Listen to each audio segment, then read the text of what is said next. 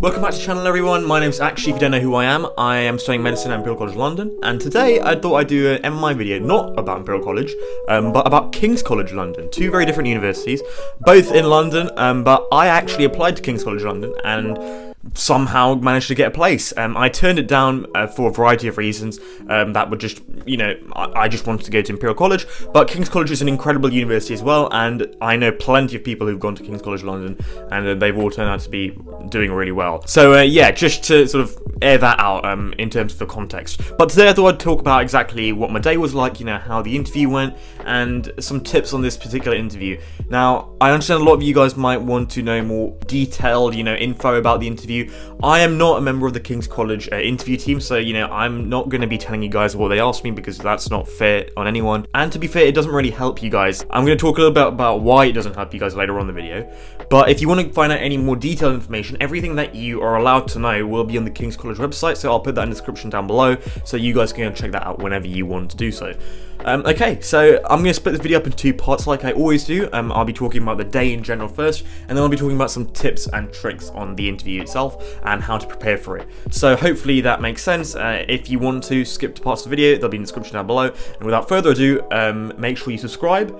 And yeah, let's just get into the video. Okay, so the day itself. So I went to King's College campus pre-COVID and everything, and it was pretty cool. It was a little bit difficult to get to, just because the interview area was sort of in a closed off back entrance, so you had to sort of circle through the campus and get to it, as opposed to some other universities who may have it, off campus. Some of them may have it on different locations, but it was a pretty nice area once you get to it, and it's sort of right next to a massive tutorial room, so you could see loads of medical students sort of filtering in, and some of them were really nice. They actually stopped and sort of spoke to us and said, are you doing interviews? And they chat for us for a bit, and it helped because it let us sort of get in the groove, and they told us what to do, how to behave in the interview, how they got in, and I got the offer, so I like to think that it helped some more.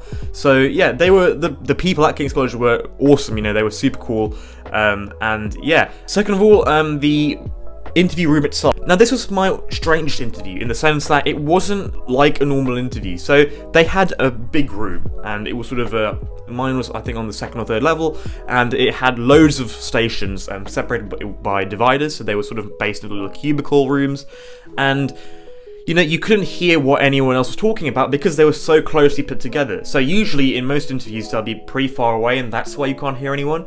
But in King's College they almost do it inversely. So they put everyone so close together that you can't hear anyone else because all the other stations are sort of jumbled together, and you can hear everybody. So you can't hear anyone, if that makes sense. Just think of it like being stuck in traffic. There are loads of cars around you, but because they're all honking and beeping, you can't tell which honk belongs to which car.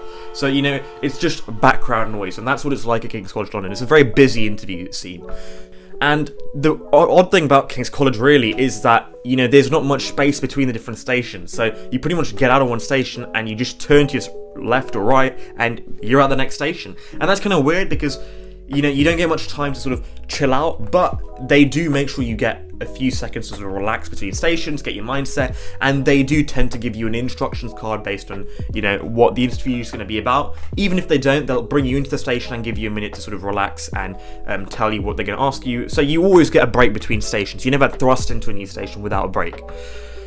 What's also interesting about King's College London is very clinical. A lot of the questions are hospital-based questions, and I'm not sure why that is, because King's College isn't really based on a hospital, but, that's what it was like. It's a pretty clinical-based interview, and that's just one interesting thing to know about King's College. And that's pretty much all the day was. It was a very quick interview. Realistically, you don't stick around much.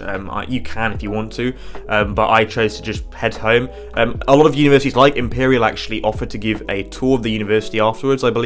So, but I just didn't really feel like it. I'd gone to the open day before, I'd seen a lot of it, and I just thought, I'd rather get home and catch up on the A-level work that I missed, which is probably something that you guys will suffer with a lot because you do have to balance your A-levels and interviews a lot. But, I just thought, I'm probably quite tired, I'm a little bit, adrenaline fueled, so I kind of want to just get home and chill for a bit. So I did that, but I can't remember if King's College offered that or not. Anyway, so let's talk about some tips and tricks. So King's College, like I said, is a pretty busy scene, and it means that they test quite a lot of things. So they will test pretty normal stations. I believe on their website somewhere there is a list of stations there, but because of the environment and because the interview room is so packed full of people, you have to be able to sort of tune out, and it's a really niche thing to be able to do. And you know, people won't tell you this a lot about interviews, but it's one of the biggest things, because if you're not able to tune out of what everyone else is talking about, you're not ever going to be able to really get on with your own points and with your own questions, and that really takes away from your overall mark in the interview stations.